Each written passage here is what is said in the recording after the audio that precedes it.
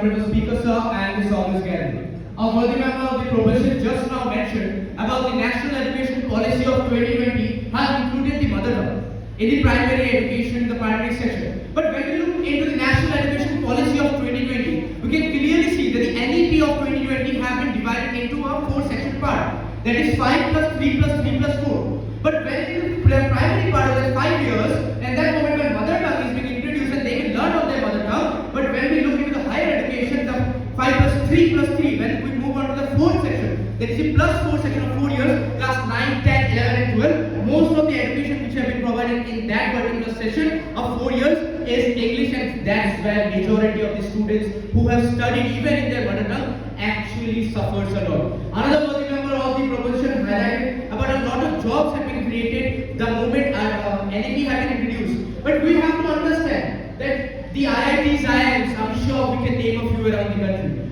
These institutes have tended to be the islands of excellence floating on the sea of mediocrity. But the average Indian education system in entire India till now suffers a lot.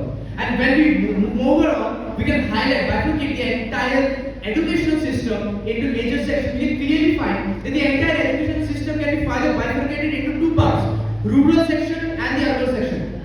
Furthermore, the urban section can further be divided into tier 1, tier 2 and tier 3 cities. Now when we look into tier 1 cities, we can clearly see majority of these schools have, majorly the private schools, be it the CBSE or any sort of schools, they have already implemented a huge chunk of the NEP that is providing a holistic development towards their students. But when we move from the tier 1 schools to tier 2 and then from tier 2 cities to tier 3, we can clearly find out the divide which have been there. Because majority of the students who study in those schools, maybe the curriculum have changed due to NEP. Maybe the course has changed due to the NEP. Maybe the students are adopting a syllabus which is changed due to NEP, but the teachers who are actually teaching those students based on the advanced curriculum which have been provided, the teachers themselves are not acquainted enough with the entire syllabus which have been provided. Similarly, we can find out the NEP of 2020 clearly provides that the use of artificial intelligence should be included, and there are multiple courses which have been added under the artificial intelligence section. But when we look into the professors who are actually teaching any sort of artificial intelligence course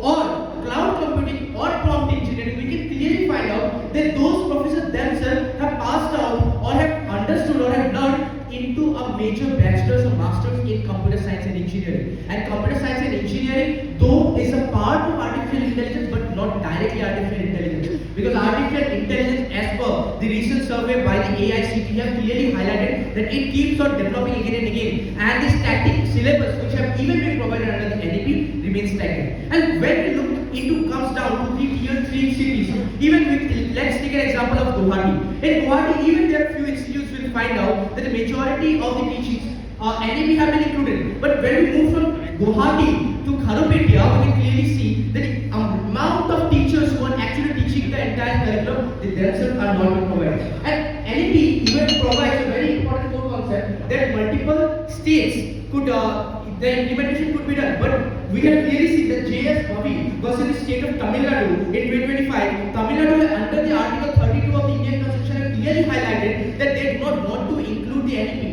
And there have been multiple sections. The Supreme Court even mentioned that NEP cannot be forced. And finally, respecting the constraint of time, I would like to end my list of arguments. But even still, the members of proposition are quite adamant to the statements. It quite reminds me of a very beautiful quote by Stephen Hawking. Stephen Hawking mentioned, and I quote, "The greatest enemy of knowledge is not ignorance. It is the illusion of knowledge," unquote. So with this, though I rest my case, but definitely not my. Thank you.